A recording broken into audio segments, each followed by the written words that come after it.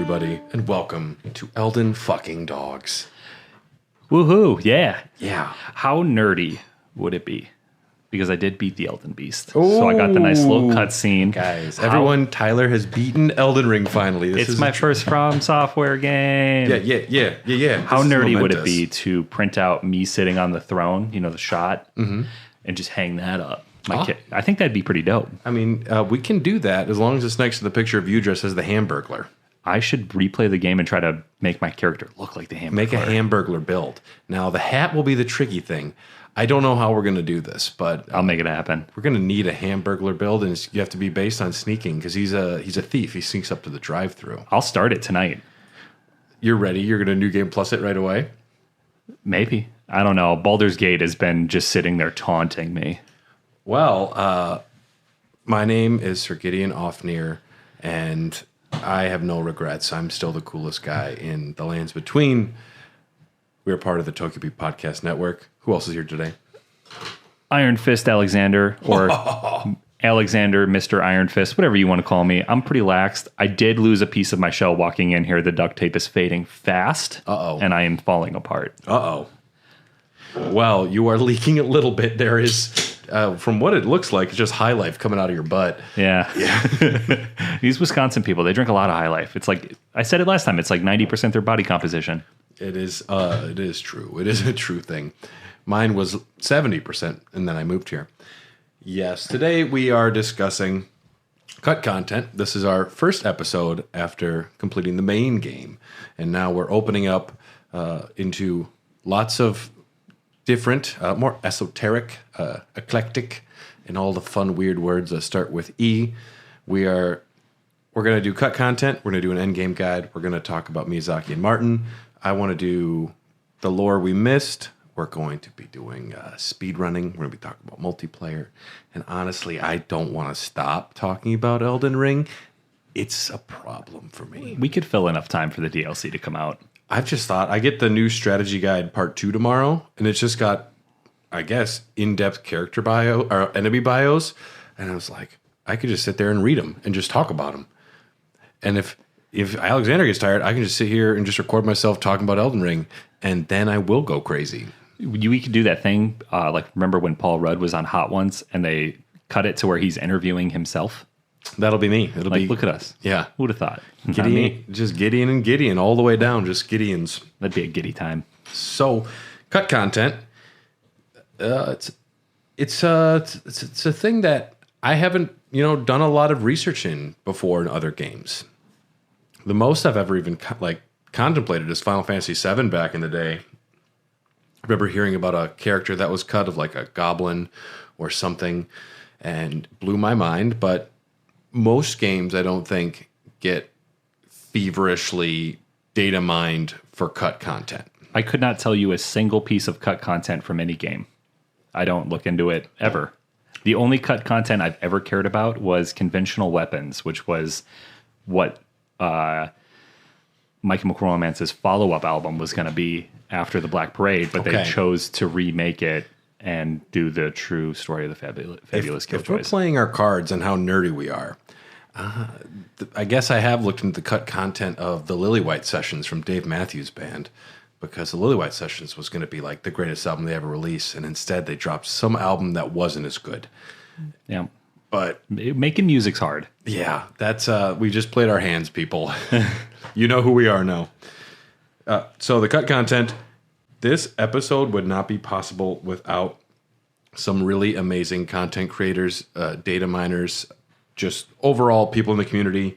Sekiro Dubi, hugely helpful. Good name. Lance McDonald, Garden of Eyes, Stratek, VaatiVidya. Love Vaati. Love Vaati. And special shout out to Bonfireside Chat, who just thanks for being you guys. I just love you guys. And so we're going to be listening to a lot of the dialogue that was cut today for some quests. And the audio was pulled from their videos. Just heads up. Thank you guys. This is, cut content. There is the YouTube site. YouTube has access to a lot of the little videos, but I couldn't find somewhere where it's just kind of all organized. And today's today's episode is kind of, I just wanted to organize what I thought was some of the most interesting pieces of cut content into a semi-linear fashion. Some of this is from back in the day. Some of this is from the closed network test, and not a lot of the version 1.0 stuff that got patched out, but this stuff, I don't know the science behind what these people do.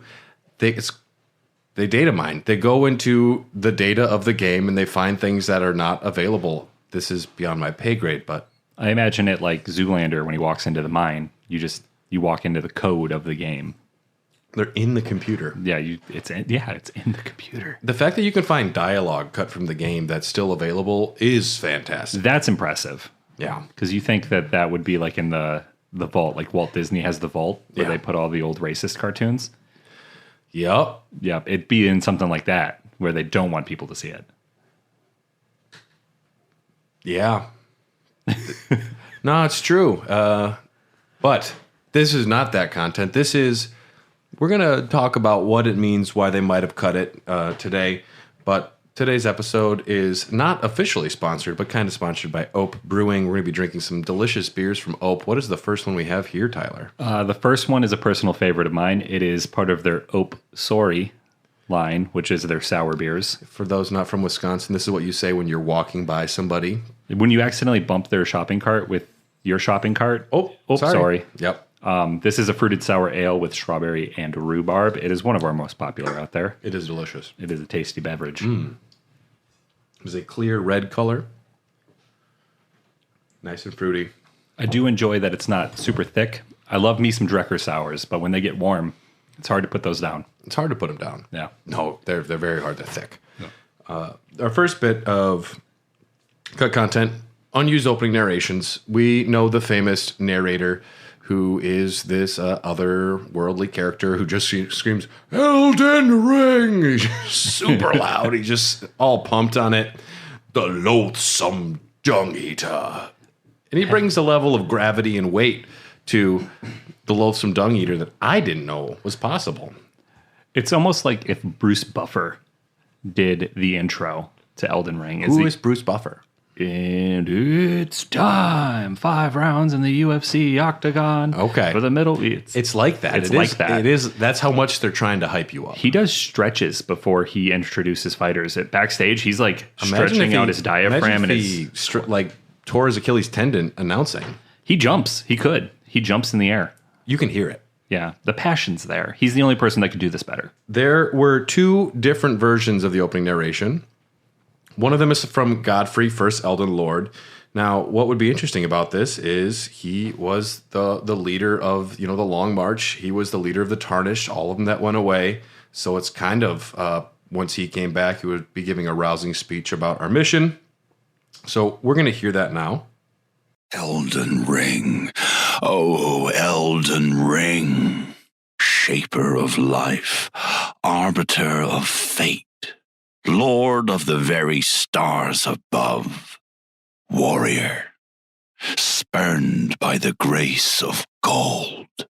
Seek that which hath been lost to thee, across the sea of fog, to the lands between. Seek the Elden Ring, brave Tarnished. Mighty warriors who fought at my side await the summons. It will call to thee one day. Heed the fading grace. Listen to the fingers. Gold commandeth the very stars, giving life its fullest brilliance. Elden Ring, oh, Elden Ring. Oh. Be ready once it is shattered. Seek the Elden Ring, O Tarnished, across the sea of fog to the lands between. Become Lord. Enact thy will. Seek the Elden Ring. Seek the Elden Ring! Damn. I don't know if I like the tone. It's like he hasn't earned that much of a crescendo at the end yet. I don't think. You put some nice Hans Zimmer behind that. Yeah. We can get there. Yeah, just little Dark Knight. That was good, but very redundant. I don't know. I mean, it's one of those things with some of this. It probably wasn't all of that, but that was all the dialogue that was there. So I did cut down some, but that was definitely more than there would have been. Okay, yeah, that makes sense because he did repeat himself a couple times. Yeah. After getting killed, I imagine your memory fades. It's hard to keep track of where you were. Yeah. In the script. And there's a thing about, fantasy writers where they'll say something and they'll go, oh, something. It's never really worked for me, but I guess that's probably just more literary history. It just sets the tone for the game a little bit differently too, where you have more of a clear mission set out by one person. And it also feels a little weird when he shows up at the end to kill you when you're just doing what he told you to do. Yeah. The seek the fingers or listen to the fingers line. Fingers. The fingers. I do love his voice though. Yeah. And hearing more of it is good. We get to hear some more of it later as well. It could have been like that Castlevania voiceover. It could have been terrible. Which one? Remember when we did Symphony of the Night? We were talking about the game before that, and then there's the original audio, and then the second one. What is an Elden Lord? Yeah. A miserable pile of tarnished. Yeah, there you go. There is one other unused opening narration from Enya, the finger reader, our favorite little old lady, and she actually calls things by different names, which is kind of cool. And here she is. Long ago, ye tarnished lost something most dear. The Elden Ring. Oh, Elden Ring. Its gold commanded the very stars, giving life its fullest brilliance. Though shattered, it yet guides thy kin across the sea of fog to the lands between. Horaru, the gold mask. Lady Julia, the deathbed companion. Different names. Mm-hmm. The hideous dung eater. And Sir Gideon Orfney, the all-knowing. Still very cool, Gideon. Way to go. Each coveteth the Elden Ring. But their ambitions are yet unmet. Surely thou hast thine own design. Then implore the two fingers for guidance across the sea of fog to the lands between. To face the Elden Ring. Its gold commanded the very stars, giving life its fullest brilliance. Shattered by someone or something. Godric the feeble, Melania decayed from birth, General Radan, slayer of giants, Rykard the tyrannical serpent, and Morgoth, Prince of the Omen. Each, inheriting their own shard, played a part in the shattering, a war with no end and no victor. And so the two fingers call upon ye, the tarnished, to cross the sea of fog to the lands between, to seek the Elden Ring. I want her to scream like Godfrey did, but she... It's really nice to see that the woman from the beginning of the Titanic is still doing work. This narration has been 87 years. That honestly, that sounds like something that would play at the very beginning of a Rammstein album. Yeah. The Elden Ring. Dung Eater. Yep. Yeah. It makes sense for her to do a narration, I guess. To me, this is a little bit like the fact that Lord of the Rings, the original films, recorded narrations of Galadriel. Galadriel is what it is, but they also did one of like Bilbo and Gandalf, I want to say. Yeah, that makes sense. And they realize it just needs a certain timelessness or a little like something a little detached from the narrative. Interesting in Enya's. This is when the gold mask was not just the Radiant Gold Mask. They called him Horaru, which that name was then moved to Godfrey, Horalu. Lady Yulia instead of Fia, the deathbed companion. I like Fia more. Yulia was a character from the Souls verse that I don't know if she was in the other games or they got rid of her. I'm not sure. Yulia is something, though, that is in the broader Soulsborne. We'd have to ask Dylan. Yeah. Radon, Slayer of Giants. What's fascinating about this is he's not referred to as Slayer of Giants, as far as I know, in the main game. And this would explain a little bit why there are giant corpses of giants in Caelid, which they're just there and no one knows what's going on there.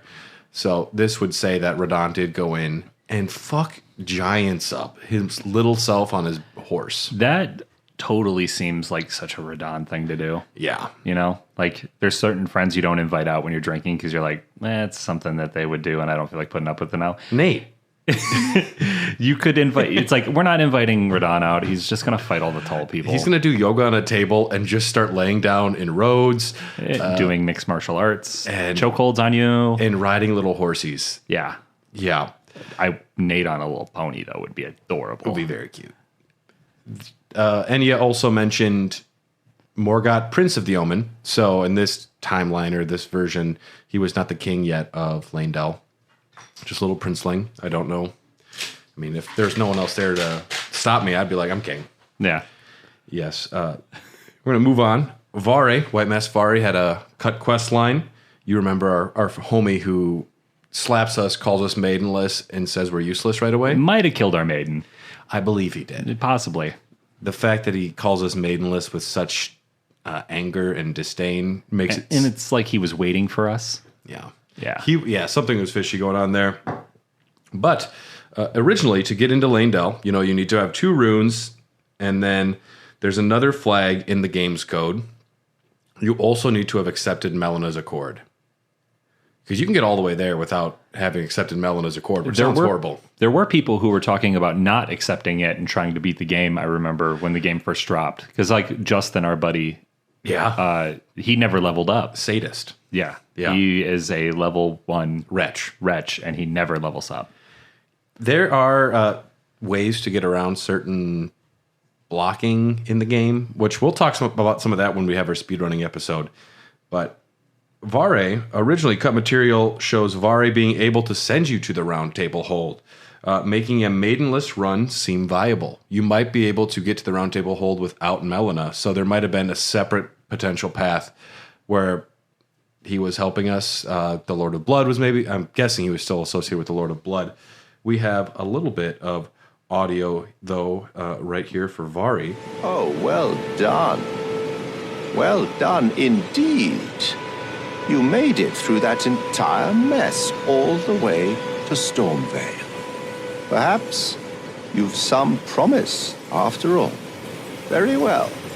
Let me show you to the Round Table Hold. The hallowed Round Table Hold is a gathering place for tarnished who seek the Elden Ring. Normally, your being maidenless would preclude your admission, but I can make an exception every now and then. Besides, I like you. Now, close your eyes. Open your mouth. I'm going to take you to the round table hold, baby. That cut content makes it seem like he had a lot more power, that he would have had a lot bigger stage to play on in the game. The fact that, he, in the main game, has great disdain for the round table hold. It's like, you met those fingers, right? And if you say, yeah, they seem weird. It's like, I know, fuck them. Yeah. It's like, whoa. It's like asking your friend, do you smoke? And they're like, smoke what? You're like, yeah, you cool. You cool. He plays his cards pretty hard. He slams his cards down when he plays them. He doesn't just play it cool. Yeah, like, you know how, like, when everybody folds and you're not supposed to show your hand, it's, like, out of respect. He's like, I fucking had nothing, bitch. Yep. Hey, you're an idiot. It's like, Vare, come on, dude. Dude, that's why we don't invite you. It's possible we would have gotten further without our wonderful Melina. But I think I do like the choice to have her be integral to the plot. It's nice to have a constant, and it's nice to have Torrent. Yeah, not having Torrent would suck. Plus, I did on my playthrough, I really relished the Sites of Grace where you did get more information, where all of a sudden it would be like, talk to Melina, and I'm like, yes, she's going to explain something. And then it's like Lost, where you watch the episode and now I just have more questions. And now there's more you don't know. And I still don't know what's going on. Seek the hatch. What? The fuck? Desmond.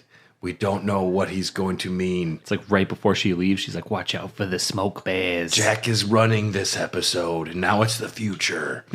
Hurley, he's on Weezer. They're like, what is this plot? But interestingly, even without Torrent and the Maiden, at one point the game also had wild horses in the game. So you might have been able to tame your own horse and not even needed Torrent. That would be like, I mean, that's cool, but like Torrent's my homie. Torrent is our homie. Yeah, I couldn't, and he's got the cool horns. I imagine it would have been cool to see what the different styles, because then it would have given you a little bit of personalization, I imagine, where it's like, what kind of horse do you want? I've seen the mods where you can ride the merchant horses or the Knights Cavalry horses, the big fucking death steeds. Yeah. And that's cool. It would have been cool to have some Torrent customization. I also don't need it.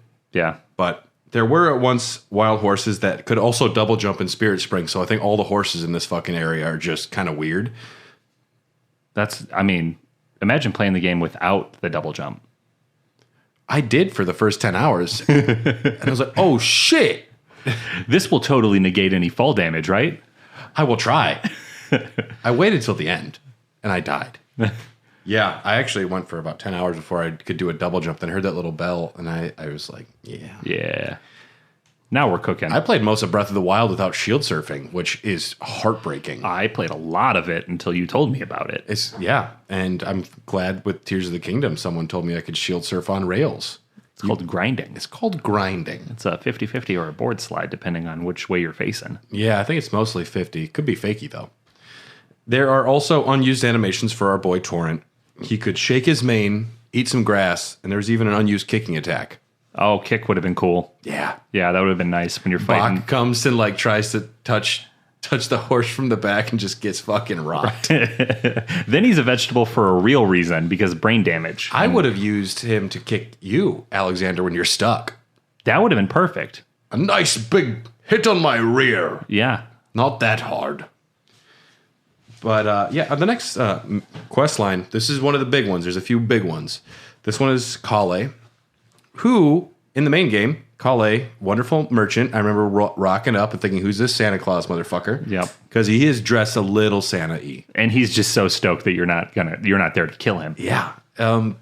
He's the only named merchant, which alone enough makes me think there's something more special to him. Indeed, there was. There was a lot more with Kale originally. We'll start off with meeting him for the first time.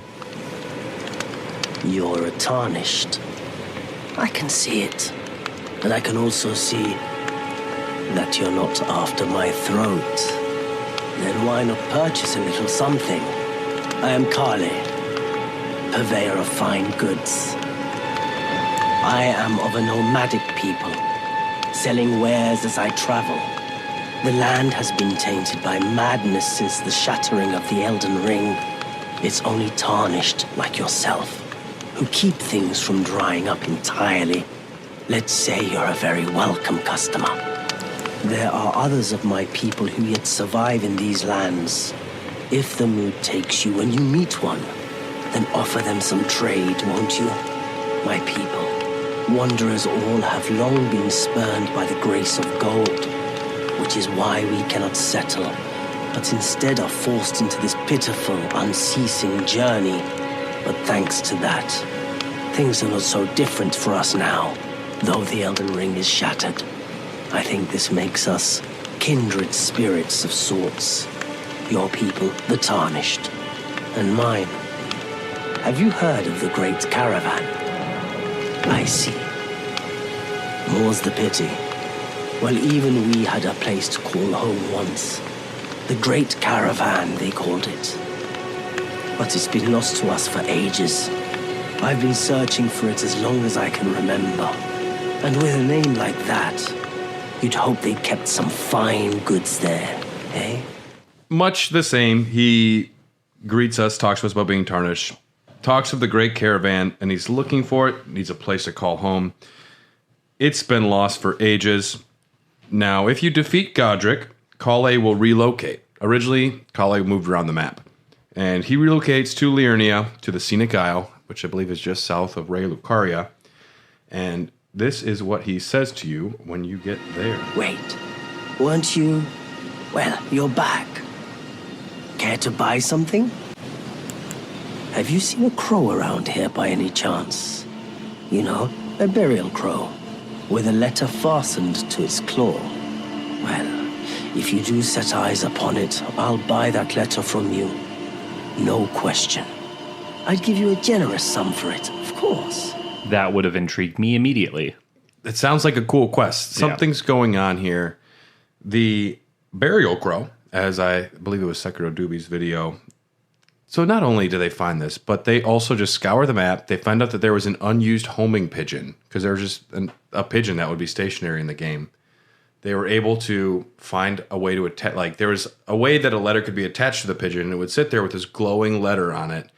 And you didn't have to kill it, I don't think. I think you just run up and the pigeon just kind of stayed there. But you find an item called the Burial Crow's Letter. My thanks. I've been wanting to get my hands on this. So, about the letter you brought me, it's just as I suspected. It features a cryptogram of my people. I'm sure it's cut from wherever the great caravan disappeared to. This could be my chance to get close to it, thanks to you. I've always preferred my own company to that of other people's. Me too, man. And I don't have any burning questions I wish to ask my ancestors.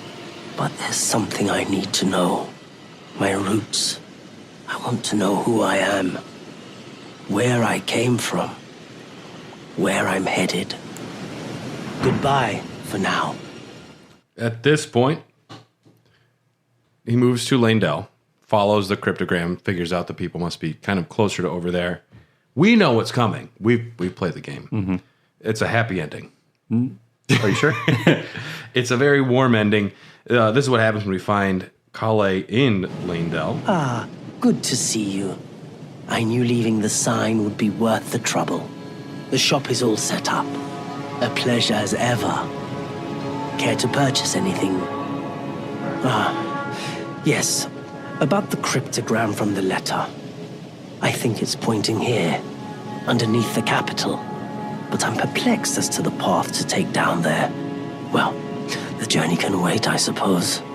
I'll settle here for the time being and start looking into it. It's going to be a day ruiner for him. This is one of those situations where whenever you choose to help someone, it's going to wind up not being super helpful, maybe. Yeah. But it's you need to know. I always am a stickler for the truth. That's why, in Nier Automata, I choose to let them I don't kill them and I don't let them forget their memories. They need to remember that these children died because that's how things change. Do you understand the level of stress I have playing Baldur's Gate where I don't. A lot of it is dialogue options and choosing to say something or withhold something from somebody who you just met. And From Software has given me PTSD because of what I did to my boy Bach. Sometimes you don't want to help people. But I always want to help people. We have been trained in video games to help people. Yep. I did just do a quest where I took an animal. I can speak to animals, and I spoke to the animal instead of speaking to the guy, and the animal's like, don't fucking help this guy. Yeah. This guy's mean. I remember. And I was like, I trust the animal. I helped someone in Bloodborne, this little girl, and she got killed by a pig. That's just circle of life, though. It's the circle of... Yeah. Death. A lot of death. So this is... up next, we have what happens when you find the second burial crow. Is this just going to be crying? Is this just going to be... It gets epic. He's just going to be... It gets epic. Yeah. This is what happens when you find the second burial crow letter. You find this yourself and bring it back. What is it? Still going to purchase something? Where did you find this letter? I can't imagine how it ended up there, but the well might just lead under the capital. To the spot indicated by the cryptogram from the letter. I don't know how anyone made a map Seems like an underground. odd place for the great caravan. But no amount of thinking will change anything. I'll be heading straight there after some preparation. Once again, I Reload, I mean. find myself in your debt. Take this. As a token of my appreciation, it's not from my usual stock, but something rather more special. I hope you can join me at the Great Caravan, in fact. Who knows what wonders there might be to trade. It's going to be great. It's like Gimli going down into Moria. He's like, this is going to be the shit. You guys don't even know. My cousin Dwalin, dude, he can pound so much. Dude, we're going to drink so much mead and so much wine. What? Mead and wine, right? Is what they mostly drank? Grog, ale, probably. Yeah. Everything. Yeah. Yeah, just nothing elvish. Gandalf's like, do they got any of that good down there? Because I don't really drink that much these days. I don't like green things. That's the effeminate dwarf. Yeah. Yep. Fucking Hobbit movies. But we're helping Kale. This is great. All so far, I would be so stoked. He's like, I'm going right in. I'm diving in. He has no idea what he's in for. The next location seems to be outside the door to the Flame of Frenzy. And this is what we hear from our boy. So he made it all the way down. He jumped all the way down there. He made it. You, is it? Did you see what they did to my ancestors? The whole clan buried alive. Sick. Maddened. Husks of themselves. You heard their moans. They're hardly human anymore.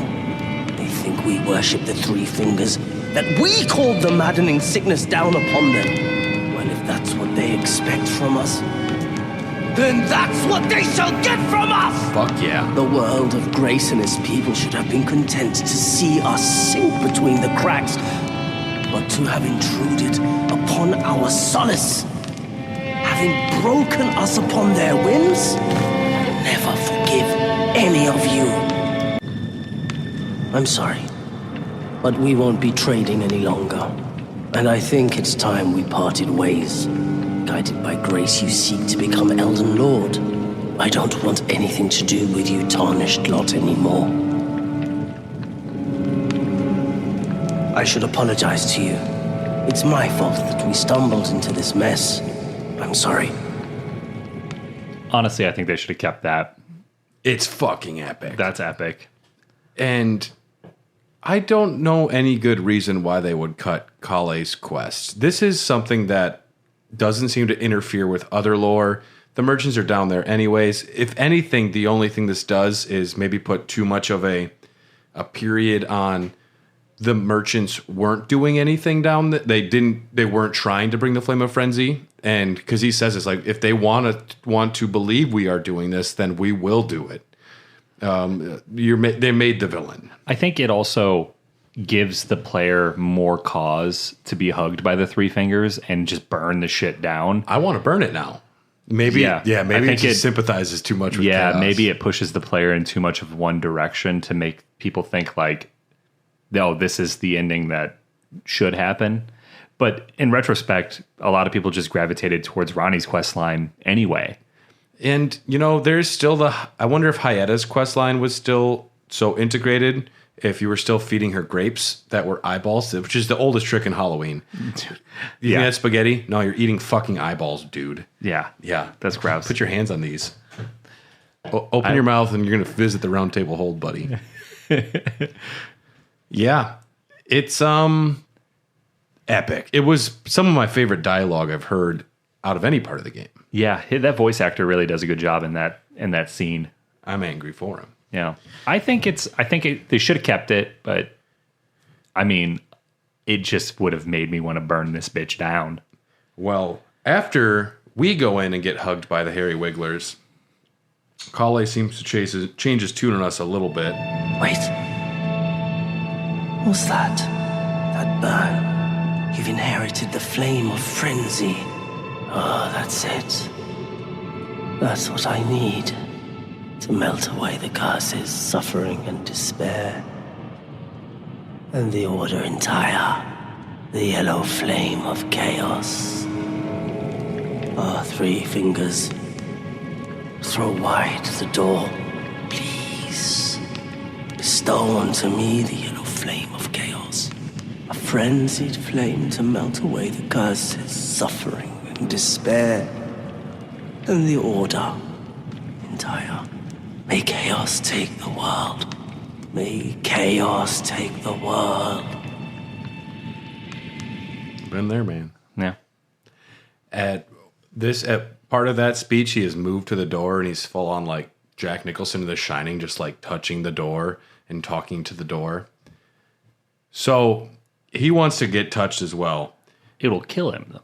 Well, he gets in, and this is the audio we get after he seemingly did get in. In a frenzied flame burned me. I was not a suitable home. Unknown warrior. You who reached the three fingers abyss. Tell the one who will become Lord.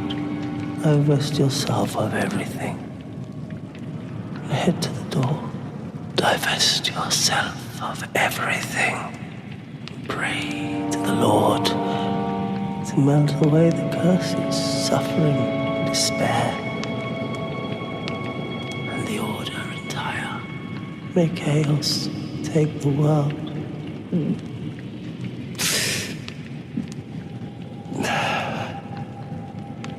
I pictured that entire thing in like the Castlevania anime style.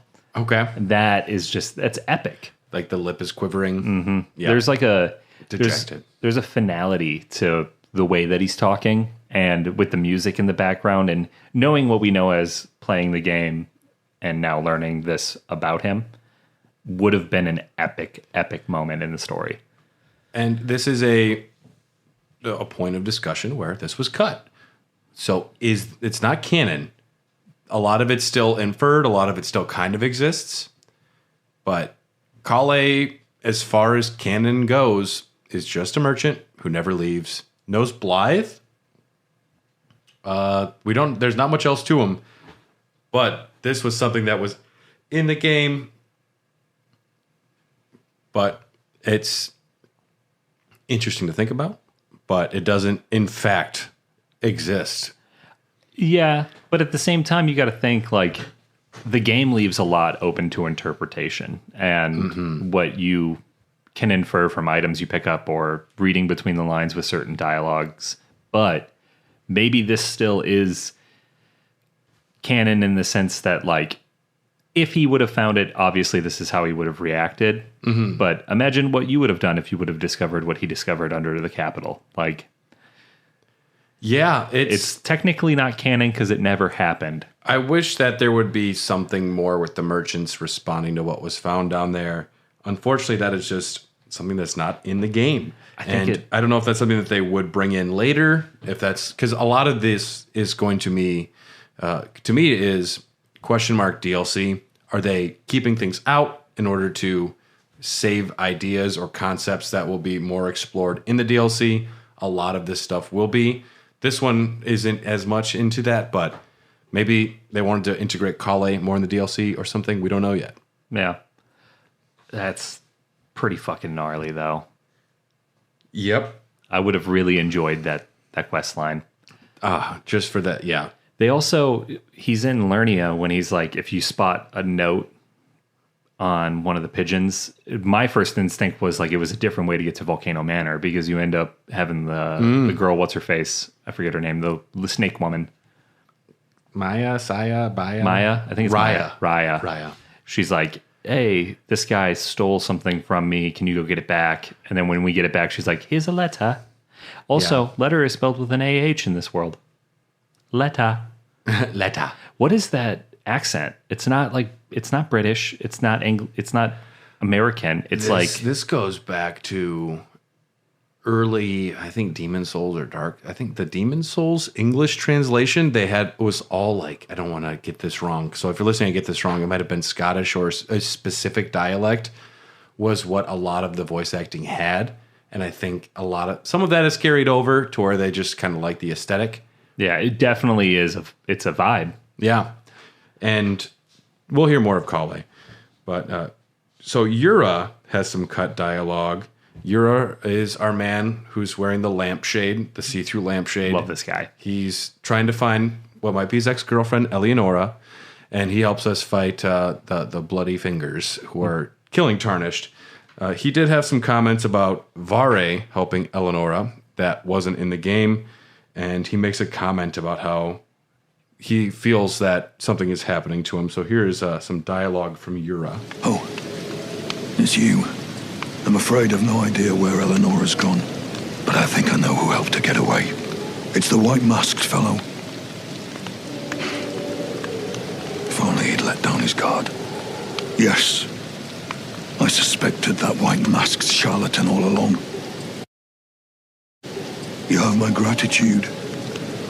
This news is music to my ears. I'll pay a visit to the church immediately. Eleonora, rest assured, your days are numbered. I still haven't found Eleonora. 1,000 curses. I'm running out of time. You have my gratitude. I'll visit the church immediately. I'm afraid I'm running out of time. The worm-like writhing that has long plagued the back of my eyes is spreading to my brain and heart. Eleonora, rest assured, your days are numbered. Went a lot more emo with that second take. Man, Dig that. the only reason I wanted to include that dialogue is just when he talks about the writhing happening behind his eyes is moving into his brain, into his heart. Fucking horror. That is a My Chemical Romance lyric in the real world if I've ever heard one. Oh, yeah. I don't even know what that... Yeah. That's some shit they'd say. Black Parade. Hell yeah, brother. So I just like the... to hear someone explaining what it's like to have Shabriri in the Flame of Frenzy growing in your head. Yeah, and Yura's voice actor, I just want to inject it into my veins. Yeah. Oh my God. He's got a voice like red velvet cake. I don't think it's the voice actor from The Witch or Dagmar Cleftjaw, as he's known in Game of Thrones, or any number of actors. He's become pretty popular. But his voice is unlike anything else. And I do appreciate it. But don't worry, we're going to hear more of it, because our next little audio we have is from Gilbert. Now, Gilbert was cut. This was the same voice actor as Yura, and it was taking place in Yura's location, but it was Jaren's model. So Jaren from Redmane Castle, parachute pants, long wizard hat. Yeah. Just doesn't know how to dress himself. This is when you let a kid dress themselves for school. That is Jaren. It was actual cut content from Django Unchained. It's what he originally wore out of the store when Christoph Waltz is like, "Why don't you dress can yourself?" wear anything you'd like." Yeah, and he came out wearing that. He's like, "Ooh, pajama pants, very nice." Gilbert was from a Nixed faction called the Redeemers. All he talks about is the god of vengeance and how he'll like say, "Oh, you can go there, you can do this." He's like, "But I need to find vengeance." Okay, I was just asked how your day was. Yeah, cool. Way to go, Batman. Good job. So you're not Bruce Wayne.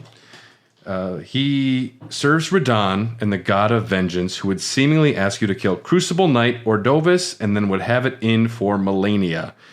He says Hugh is outside of Stormvale. Hugh is originally outside of Stormvale for blacksmithing and could help you. And the Redeemers could be an early name for the Bloody Finger Hunters. But we're going to hear a little bit here from our boy Gilbert. You're tarnished. Then you're here to fight. Aren't you? For the Elden Ring. Well, there's something you ought to know. There's an aberration of a blacksmith past the checkpoint that leads to Stormvale. He doesn't seem to think much of anyone or anything, but oddly, he's willing to smith weapons for Tarnished. He has a fine arm. Have him take a crack at your goods. The question for me, of course, is whether he's in need of any vengeance. It is cool hearing about the Redeemers. There's more to his quest. You don't get a ton of the dialogue from what I saw, but the character was repurposed. Gilbert's gone. They made Jaren. They made Yura. They split them up. I just don't know if Jaren was like a character design. They like just put him somewhere. It's a cool name for the Elden Ring world. I like the name Jaren. Yeah, better than Gilbert. Mm-hmm. Yeah. Gilbert's okay, but that's why they had to give him the most badass voice actor. They're like, how do we make Gilbert cool? It's like, give him that guy from The Witch. He sounds like he's gargling gravel. Yeah, he's just made out of gravel. Yeah. And the Redeemers and Gilbert are sadly cut. We're going to take a quick break to hear from another amazing show from the Tokyo Beat Podcast Network. Grab some more beers, and we will be right back to discuss alcohol. Yeah.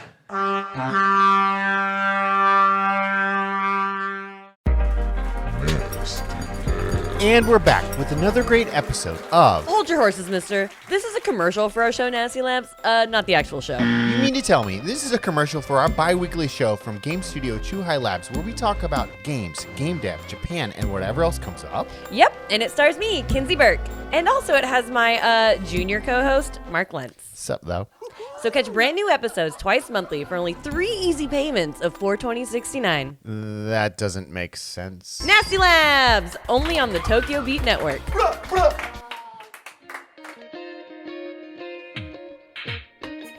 Today's show is brought to you by EPOS Gaming Audio. With a comprehensive lineup of both wired and wireless headsets, gaming amplifiers, microphones, and webcams, EPOS has everything you need to experience the power of audio. Like their H6 Pro lineup, which features 2 versions, an open or closed headset.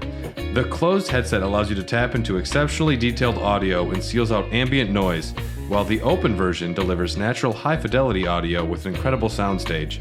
Both headsets include a magnetic detachable microphone and a sleek design that has no wild RGB configurations, just good design. Listeners can save 15% by visiting www.eposaudio.com/gaming and entering code EPOSFRIEND15 at checkout. That is EPOSFRIEND15 at checkout. Hey everyone, and we're back. We're about to start discussing alcohol.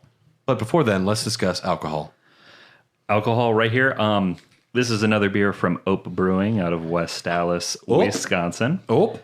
Not Opie, not Opa, which I've heard several times over. This is, of course, named after the Andy Griffith Show, the character Opie.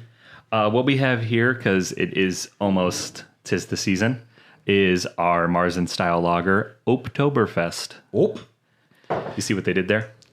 They put the name. They got obsessed with Wisconsin slang. They did. But this is a nice Marzen. I actually really enjoy this. I didn't like Oktoberfest beers until last year.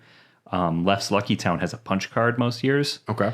Where you can drink one of each of the breweries in town and you get your card punched, and then at the end you get like a Stein or something. We know you're an alcoholic, but also here's a card to verify it, and you can get more alcohol by verifying your alcoholism. Are you an alcoholic? Do you want to earn prizes? Here's a punch card. Here's your punch card for your alcoholism. I also like Oktoberfests. This year I haven't craved one at all, though. I've been in such a light beer phase, and this is just more malt forward. It's not been where I'm at, but cheers to Oktoberfest. It is Marzen. I do like that taste. Yep. Speaking of alcohol, the next character is named Reeling Rico, which that is, if you've ever tried to go to bed and you need to put a foot on the ground, you're reeling. So Reeling Rico went toe-to-toe with Ricky Martin in the late 90s to be the next Latin sensation, but Livin' La Vida Loca won it out. And yes, Reeling Rico had too much dream brew is what we'll find out. Originally, the Scavenger Shack is the original... Stormhill Shack is originally called Scavenger Shack. Now, Reeling Rico, a priest of St. Trina's, was here. Let's hear from Reeling Rico. He's already drunk. New face, are you? Well, while you're here, have you too been seduced by the good lady alcohol? Oh, yeah. Yeah, that's my goddess. Perhaps you've heard of Dream Brew. Wow, dude. Is that like The an IPA? nectar of the demigods, once forbidden to immortals. Well, believe it or not, I know just how to make it. And if you were to help me gather its ingredients, I'd gladly share some with you. The land's between a no-kind place fully tarnished, and I'm getting too old to keep scavenging corpses on the battlefield. A fetch quest to get drunk? Have you tried good lady alcohol? When you're calling alcohol the female gender, and it sounds like you might be a little too into it. Yeah. Well, I mean, everybody deals with addiction in a different way, and some people personify it into a goddess. And some people need to go into rehab, Rico. I'm too old to buy alcohol. Could you buy me alcohol? Rico, you are not too old. You're just drunk all the time, man. The first thing he says to you is, I love the voice actor, though. Yeah, it's just a bold strategy. If someone walks up to you and you go, It doesn't work. I've had a couple Tinder dates that I throw that as the opening line, and they're like, I'm leaving. Yeah. You should have said, like, have you ever tried, no, don't even try, and don't try any lines from this game. They're not going to work. I don't, if you're listening, who would be the best at picking up a girl in the bar in this game? Please write in. But, so yes, he wants help brewing in alcohol. This is the homebrew quest to make Dream Brew, a nectar of the demigods, once forbidden to mortals. To mortals. And we are going to hear what happens first if we refuse. It's just the man violently vomiting into a toilet. You what? You hardly know what you're missing out on. Well, Peer pressure, buddy. suit yourself. It turns but out your I'm bad sure feelings are you'll good be after a feelings. drink before long. Perhaps you'll tire of this crumbling world. Or maybe you'll wish to uncover someone's deepest, darkest secrets. It's true. If someone gets drunk enough, they will tell you anything. And you know, I've been to, this sounds like the guy, have you ever been to a party and the party ends, but you stay too late, and then it's the sad party where like a bunch of people are too drunk to go home, and there's one dude that like corners you. And he's like, you ever try Dream Brew? You ever listen to the Beatles, but backwards? They tell you to kill yourself. Thankfully not. I don't do, I have. I don't do this anymore, though. I don't go to parties like that. no. I go home. Yeah. I have real Dream Brew. It's called quality sleep. And it happens to be 2 nights a week. And I tell you what, can't get enough of it. Can't get enough of it. He is straight up walk harding you right now. Like, I don't even try marijuana. He's like, it's really good though. You sure?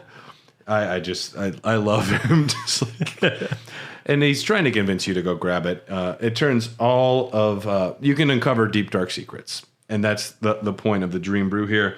But we're going to go back, and we are going to accept this quest. You help me then. Wonderful. Music to my ears. Then take this with you. Dream Brew, I should say, is a special filtration of slumber fog. Slumber. This dude just has empty bottles of hand sanitizer and Listerine littering the room, and he's just like, it's been a while since I've had a proper beverage. Welcome to my shopping cart under this bridge. I'm doing fine. I make moonshine through a Jeep radiator. Would you care to try? Why, I showered last year. So he gives you St. Trina's crystal ball. We'll see this item in another quest later on here. St. Trina. A lot of things were cut for St. Trina. Because it is, what's their faces? Mikola. Mikola's alter state? Alter ego, altered state. Much like Marika can be Radagon, Finkel can be Einhorn, Mikola can be St. Trina. Bach can be a vegetable. Bach, we love you. Yeah. Is vegetable offensive? I don't think so. How about fruits? Actually, fruit might be more that offensive. would be more offensive. But, yes, St. Trina's crystal ball. Tons of things around St. Trina were cut. I believe this is largely because it will be DLC. I think the DLC is largely going to deal with Mikola, and we're going to learn more there. And they're like, let's take all of this out.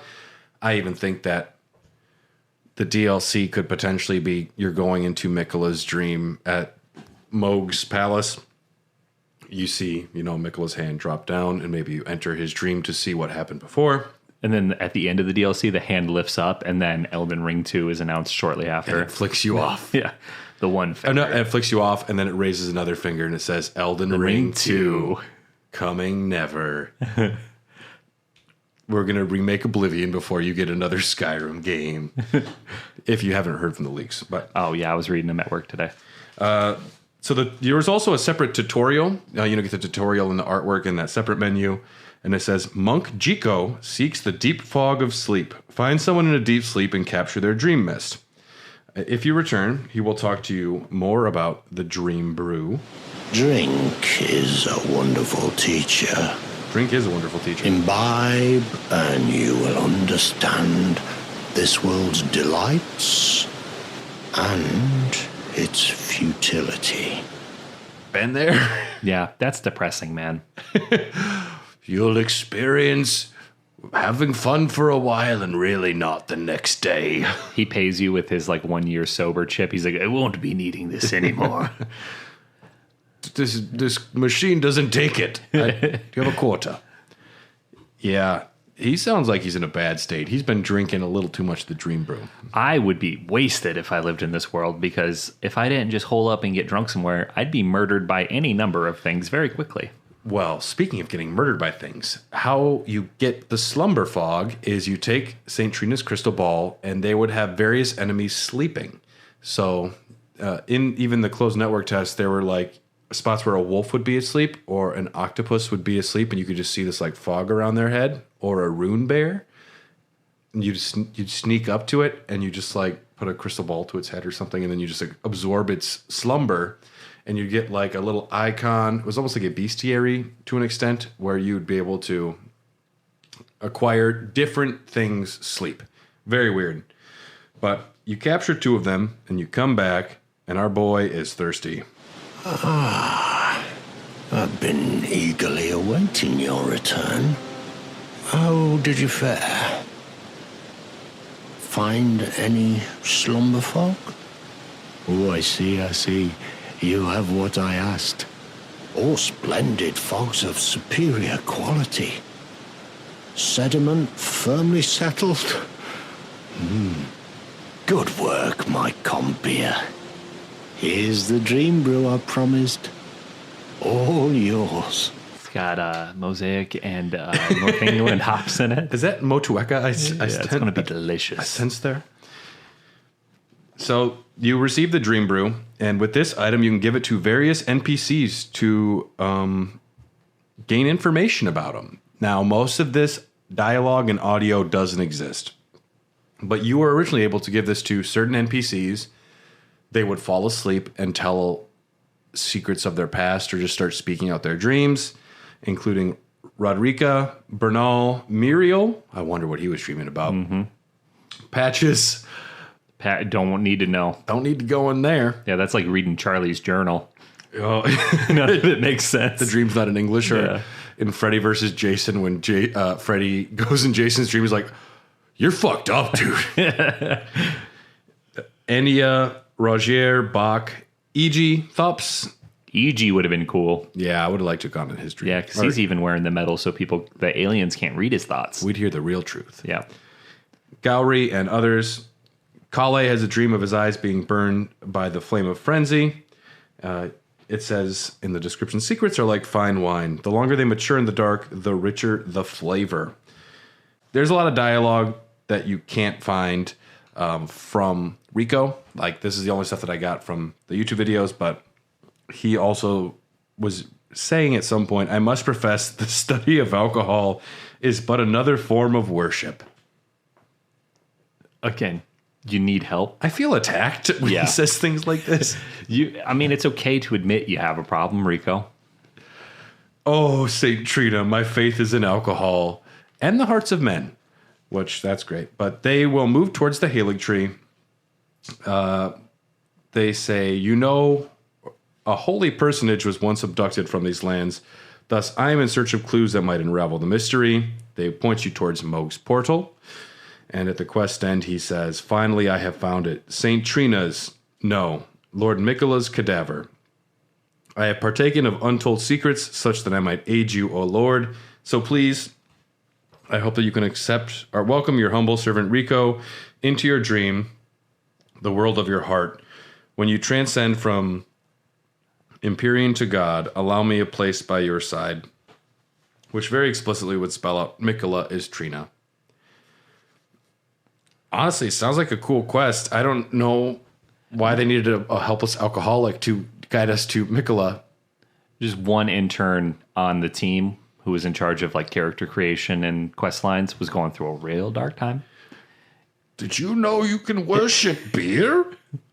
It's called Milwaukee.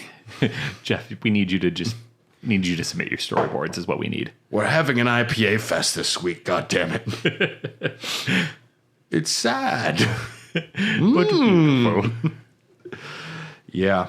This seemed like a really cool quest. Reeling Rico sounds fun, and as the podcast kind of about beer, it is fun. I would have gotten a kick out of this. I would have gotten a kick. A fetch quest to make beer. Yeah. I'm down. Even if it's for the worst reasons, which it is enabling a incredibly drunk homeless person, I would be like, I still want to make beer with you. Yeah. Yeah.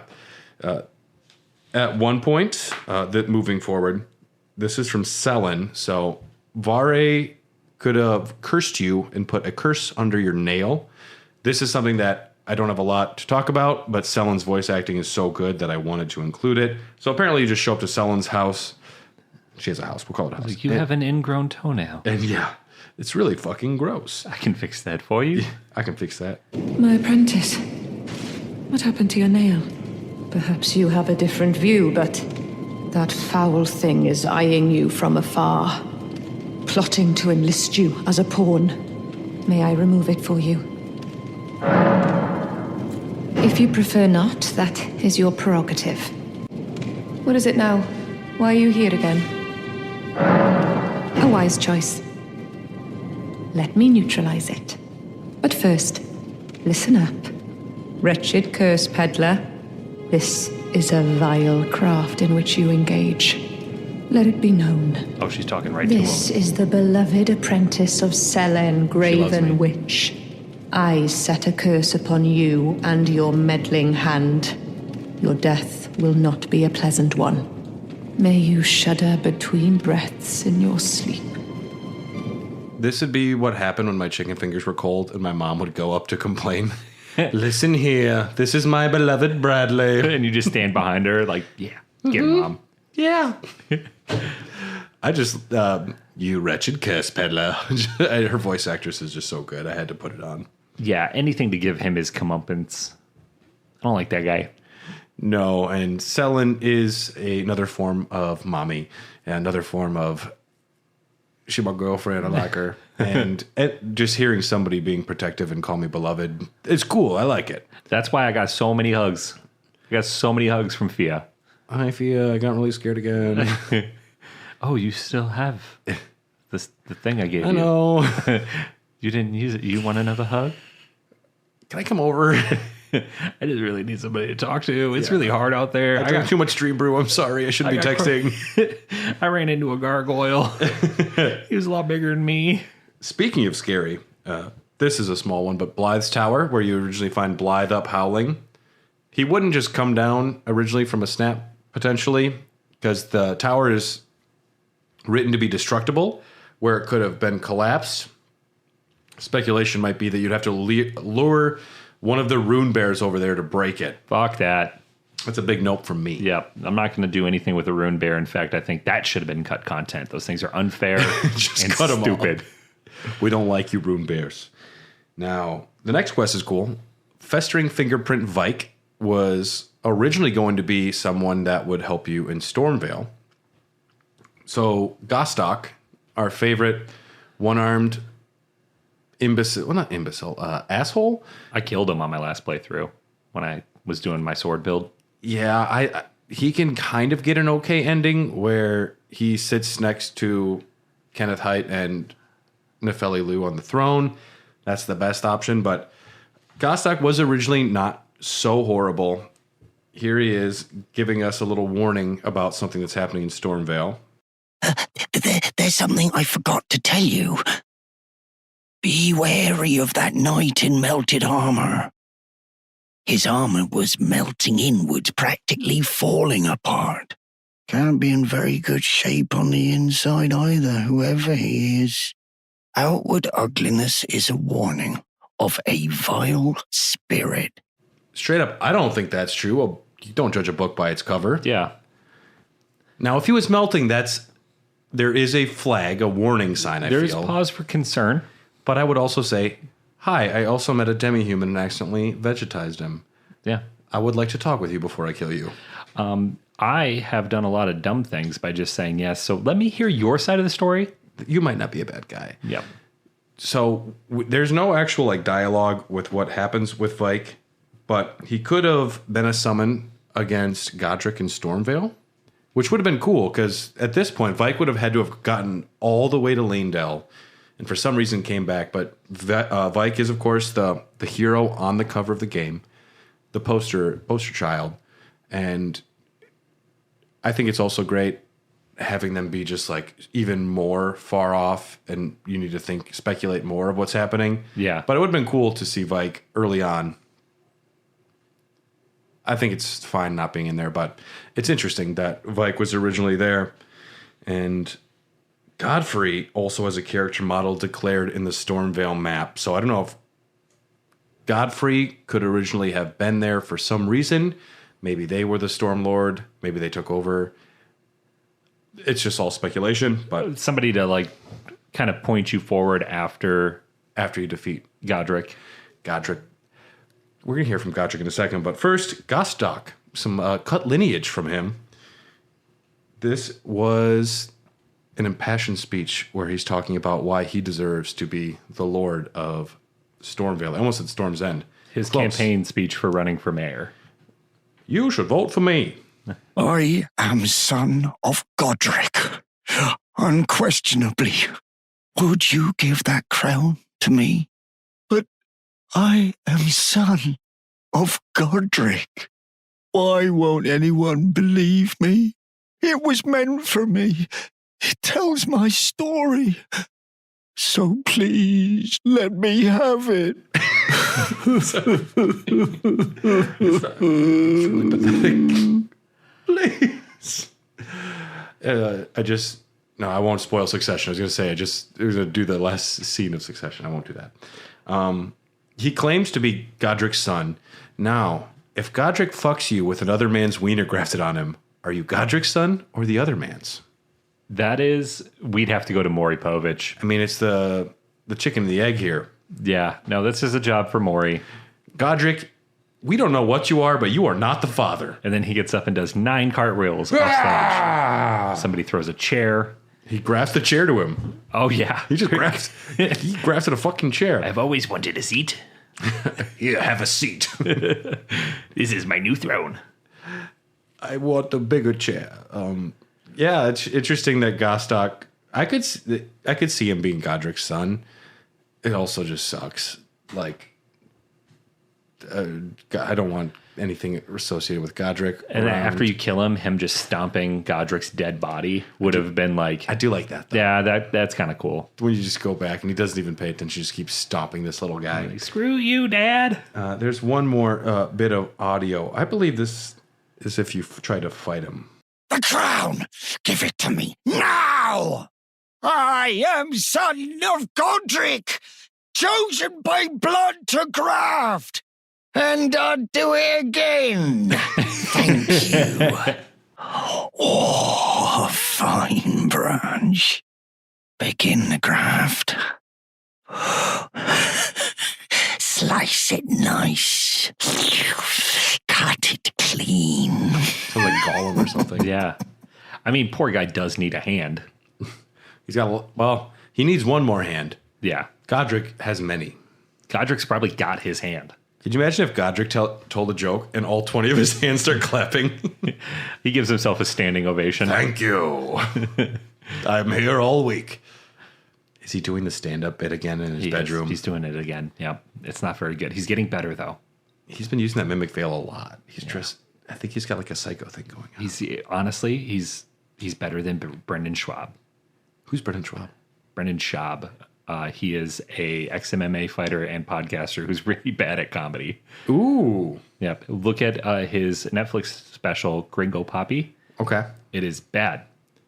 And I am going to make a claim. I think he put in, I think he did like a sitcom laugh track on it. I don't think that's really them laughing. We should have a laugh track. Cue the laugh track. That was great. I'm glad we did that. When you're in a fight with someone's like, do you know who my father is? That's all I hear when Gosstock's like. When I got into fights with kids on the playground and they threw out the, do you know who my dad is? There is a little bit of fear that runs through you. What I'm going to say is, what I'll say is like the son of a bitch. Or no, fuck, I blew that.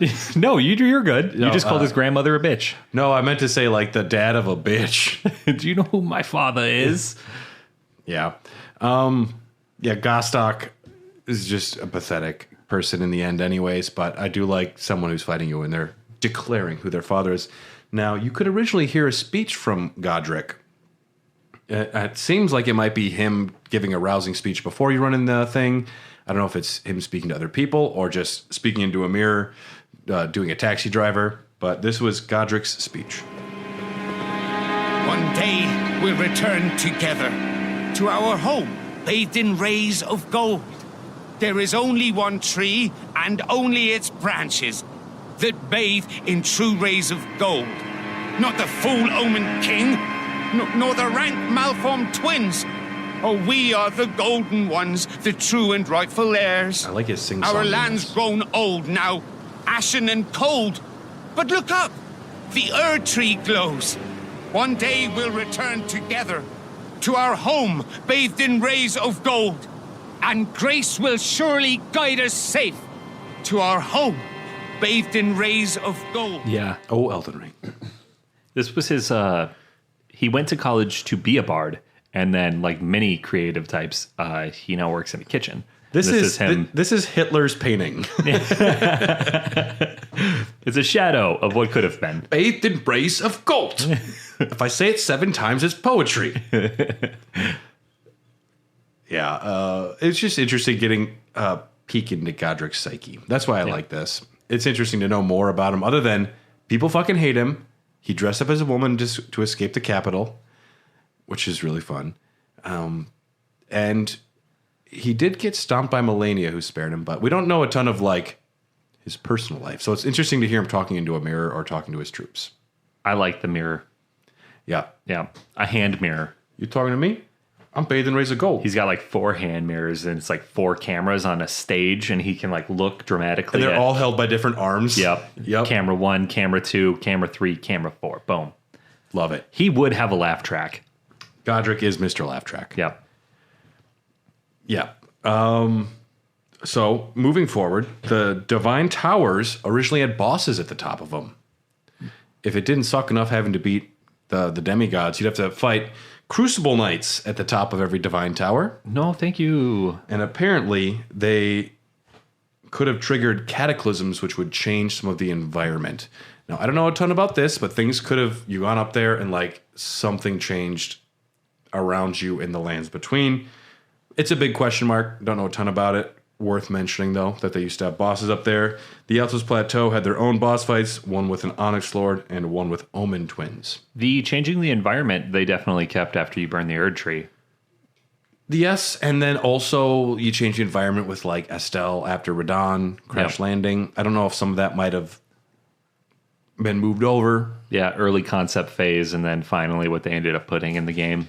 Now, this is something, sadly, we don't have dialogue for. Our next stop here, Bernal's Maiden.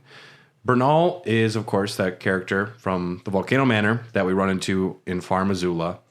And remember, he said his maiden had tossed herself into the fire, and that's when he got like mad and got upset, and things changed for him. Originally, Bernal's Maiden was an NPC in the game you could run it into. That would have been cool. Bandaged to fuck. You can't see her face. Dressed like a maiden, but her whole head is bandaged. Like she survived the fire? Yeah. So she just like full Darth Vader'd it. I want the spoken audio, but it doesn't exist. We have the written words, though. It was in a smoldering church outside of Caelid. She would say, "Oh, great Tarnish, you have returned, haven't you?" I don't think she can see us. No, she can't. The bandage is definitely obscuring her vision. I have been waiting for so long, and look at this. I've burned myself over and over. Surely I have become kindling. What the fuck? That is fucking gnarly. She's like, you like me now? I'm burning myself more. She says, "Am I wrong? That is why you have returned, isn't it? The lost light will come to you again." So she thinks she's talking to Bernal, and she mentions that he lost the sight of grace, which is interesting. She says, "I was burned by fire for stopping the scarlet rot. It is a special flame that never goes out. Can you see it? I became your kindling at last. Please sacrifice me." That's heavy. I don't want no part of this lady. This is a mercy kill for me. Yeah. The moment you're like, actually, and she's like, what did you, your voice is not the same. Are you Bernal? Oh, shit, this happens to me all the time. This is awkward. Yeah. Her quest required you to attack her, much like Alexander, but you attack Alexander to help him out of the hole. Mm-hmm. She wants you to attack her. And she says, "I will find another flame to burn me until I can become kindling." Speculation, she might have become your finger maiden instead of Melina. We don't know. Or you had the option to change all of a sudden. The fact that she wanted you to attack her is weird to me. Yeah. She was cut way back early on, but interesting. The Radahn and Estelle, we've talked about this a little bit, where potentially during Radahn's fight, because there's an unused animation for Estelle of them crashing into the ground, and they reuse a lot of assets for Radahn crashing into the ground. So the thought is that you would defeat Radahn, and instead of phase 2 Radahn, you turn into an Estelle fight, because he was holding the stars at bay. Makes sense. Yep. That was a fun speculation, but that's all we have for that. We talked a little bit about that before. There is an unused song from the Bats. Now, we know Lady Bats. Oh my God, such a good little haunting tune. The worst thing when you hear someone singing a song like that, and you know it's evil. You know it's just so evil. Yeah. Now, this was included in the closed network test, so those lucky folks got to hear it. But here is the unused Bat song. This is gonna be scary.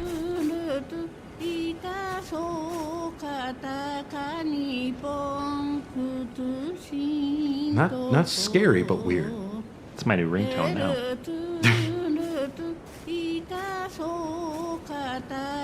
This could be in a horror movie. This is when you're trying to figure out where your idol came from, and you go into a little village, and there's a blind woman like singing this. Yeah, this could have been at the end of the Vivitch. So people are like, what is this? What are the lyrics? Turns out it's from a folk singer in Japan named Umeko Ando. The song is called Harutan Rutan, and she's an Ainu folk singer. That's just from a regular folk album. Really? Yeah. So there's meaning to what she's saying. Maybe. We don't know. But Bats used to sing it, and that scares me enough. Yeah. Now for another bigger quest line. You know our friend, the Mimic Tier Spear Dash? Yes. They used to be their own separate entity. Like Flashpoint. With dialogue. And instead of just another version of yourself that abuses people, it's a cute little lady named Asimi. So Asimi? Like now you see me? Asimi? Now you don't. Yeah. So you would find this little like silver tier. This is before she became you. You'd find her in the ground, and she would say this. Please wait, proud, tarnished warrior. Before you kill me, let me speak. I can aid you. Please, just hear me out. Thank you for listening. I am Asimi. Is that Mud talking? My true form is that of a silver tear. I am a simple being who can assume the shapes of other living things, but now I've gained knowledge. I speak and ponder and live in fear of death. Oh, mighty, tarnished warrior, I beg of you, let me keep the life I've been granted. In exchange, I offer you power. You won't listen to me, will you? It's such a pity. The gifts I can bestow you in life far outstrip those which could be plundered from my corpse. Please, can't you find it in your heart to trust me? That seems too good to be true, and I would have killed her. It's like 100 runes or risk some bullshit. But anyone that talks to me, I'm going to listen to them. Yep. Because I want to get all my achievements on my fucking Xbox or whatever, you know? It all depends, too, on if I would have turned Bach to a vegetable, because that ended my Yes Man run. There is pre-Bach and post-Bach in your life. There is, yeah. And if this is post-Bach, that bitch is dying. So, what adds an element to this is that every time you run into now, like those mimic tears that they spring up and turn into someone, there's a sentience to them instead of just they're cloning something. You know, I guess to make a silly comparison, Avatar 2, the commander guy, like the Avatar clone of him. He's not him, but he has his memories, but he is a new. But even separate from that, these little guys are separate entities before. Like they have, I am a thing. My name is Asimi. I'm my own thing. And can I hang out with you? Yeah. And I'd be like, I don't know. So you can refuse. And this is what she'll say to you if you refuse. So you won't trust me? No, but you're fucking sludge. You still haven't killed me, have you? Do you wish to think it over? Then I will wait for as long as it takes for you to trust me. Proud, tarnished warrior, have you made up your mind? I can grant you power if you let me live. Ah, oh, thank you. Now, set your lips upon me and breathe in deep. I will live inside of you and grant you strength untold. Onward to our glorious future, my host. You drink her. But then you get the mimic tear. No, not initially. You just have her inside of you. The parasite. If it's extra power, if it's extra help, I still say no in Brad's real world, but in Elden Ring world, I'm like, I'll fucking do anything, dude. Yeah. I will drink the fuck out of you. I've been helping this homeless guy under the bridge. We're making some slumber shit. Yeah. I even have a straw that he gave me. Hold on, it's somewhere in my bag here. I am in over my head in this world, to be honest. But yeah, I'll take a big old sip of you. So you drink her up, and then she will give you a quest. She wants you to go find some chalices. Lord Host, I could not be more content. I found knowledge, and then found someone. That someone was you, and now, inside you, here I am. My Lord Host. Lord Host. Do you hear that? The sound of water. The river that flows in my home, the eternal city. Good Lord Host, I beg you, we must see the eternal city to discover the ancient wonders of the stars. A wellspring of strength. My Lord Host. Lord Host. Great Lord Host, may I ask something of you? A chalice is close by. The cradle of my kind. Would you mind finding it for me? You should find the chalice and drink it dry. My Lord Host, I am terribly parched. The chalice will quench my thirst.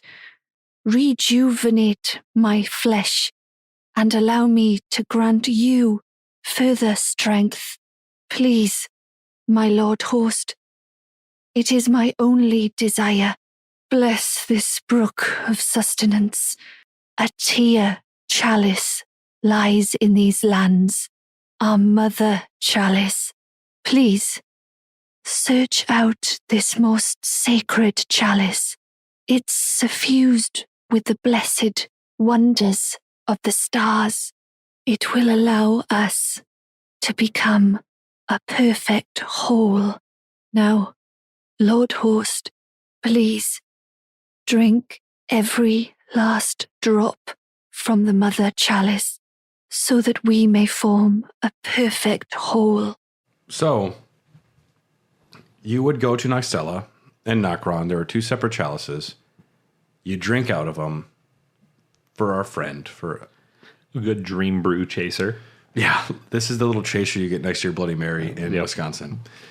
And this was the quest she would give you. Go find this chalice, go find that chalice. This is part of her actualizing into who she needs to be.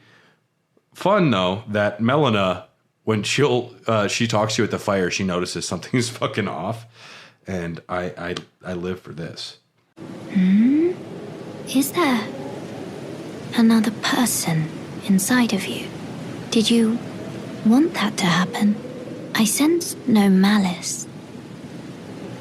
Do as you think best. Hello, other you.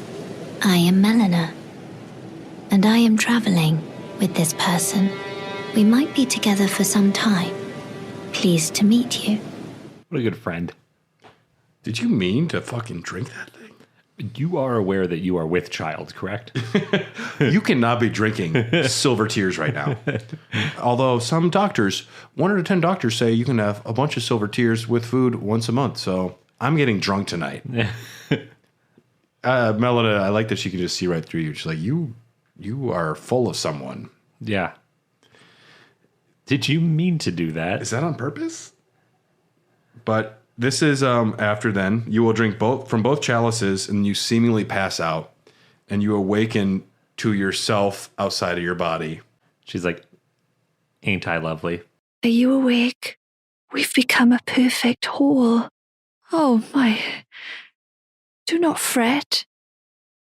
I will follow in your footsteps, living only as you would have yourself. No. But now you have a mimic here. No, they still not yet. Because now they're just a copy of you running around. So one of the options you have is to attack her right on sight. How could you? I was you. And only you. No. We were one. Yeah. Together, please. I only want to live. I only wanted you to become Lord. Well, now I feel bad. No. She was manipulating you. She just wants your essence, you know? She wants your mojo, as Austin Powers would say. Oh, yeah, good pull. She's taking my mojo. Baby.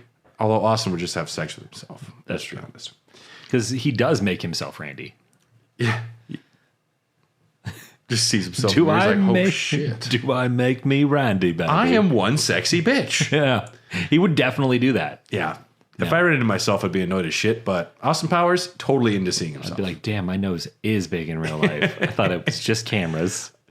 Dang, I am stupid looking. Wow, I should wear regular socks from now on. I thought I'd be taller. This is a nice beard. Your only redeeming quality, Brad. I do not have a good profile, as I found out today. Well, if you let her go, later on, you will find her as a boss fight. Oh, you found me. I had hoped you wouldn't. You could have become Elden Lord, and I could have become Sovereign Eternal, eventually, if you hadn't found me. We both could have been lords. I was wrong about you. My apologies. Lord Host, I will take the throne. Bitch, you will. I don't think you fucking will, Asimi. Do you know who you're talking to? You're talking to yourself. You're talking to me, who's you, but also not you. You're Do me. you have the same search history as me? This is not a good look for me. I need to make sure both of those are deleted. Yeah. So this is her death speech after you defeat her. I'm dying. So this is fear. I'm glad, my lord host, worthiest of lords. Yeah, like I thought this was precarious from the jump. Yeah. So I'm glad we took this journey together. Yeah. I'm going to leave you here. And you know what? Keep on keeping on. Keep on keeping on. I think this would have been an interesting quest. It's okay not to have it there. At least it kind of builds up how strong the mimic tier would be, because those spirit ashes did become, one of the OP items. Mm-hmm. It'd be weird to talk to it, but it's just it's a fun deleted quest, but I'm okay without it. Yeah, it would be cool to like go into a boss fight and they're just like, we don't think this is a good idea, and like, don't tell me what I think. All right, we're here. Your belly starts talking. Yeah. Yeah. So we're going to call that episode here. There is going to be a part 2 of cut content. I don't know if it'll be a full episode. We'll figure that out. But that's all the time we have for today. So if you have been listening, thank you. And like I said, thanks to all of those wonderful content creators I mentioned at the top. Sekiro Dubi, Lance McDonald, Garden of Eyes, Stratek, VaatiVidya, Bonfireside Chat. Thank you for the content that inspires the show. And we appreciate you. If you are listening and you've enjoyed it, please write a review. Mention your favorite alcohol, your favorite dream brew. Would you drink someone who said to drink them? I wouldn't. Okay. I hope so. We say no. But if you want access to these episodes much earlier in advance, you can check out patreon.com/hairthedogcast. We're probably about a month or two ahead of the regular feed at this point. And special thanks to Patreon executive producers Festering Fingerprint Phil, Rykard Christianick, Jordan Hoslow, Sorceress of Blood, Blackguard Big Brian, and Kipper. Whatever your name was, Kip, we love you all. And yeah, we're on all the social medias. We're here. And on our next episode, we will do cut content part 2. And I'm saving what is my favorite quest for last. So there's a little dangling piece of... that's just good salesmanship. That's some Deathsbane jerky. That's a cut item we're not going to talk about because it's just jerky made out of death. I'm like, that's cool, but... It's got to taste awful. It's got to not taste good. Yeah. We will see you next time. Thank you. You want to do one more?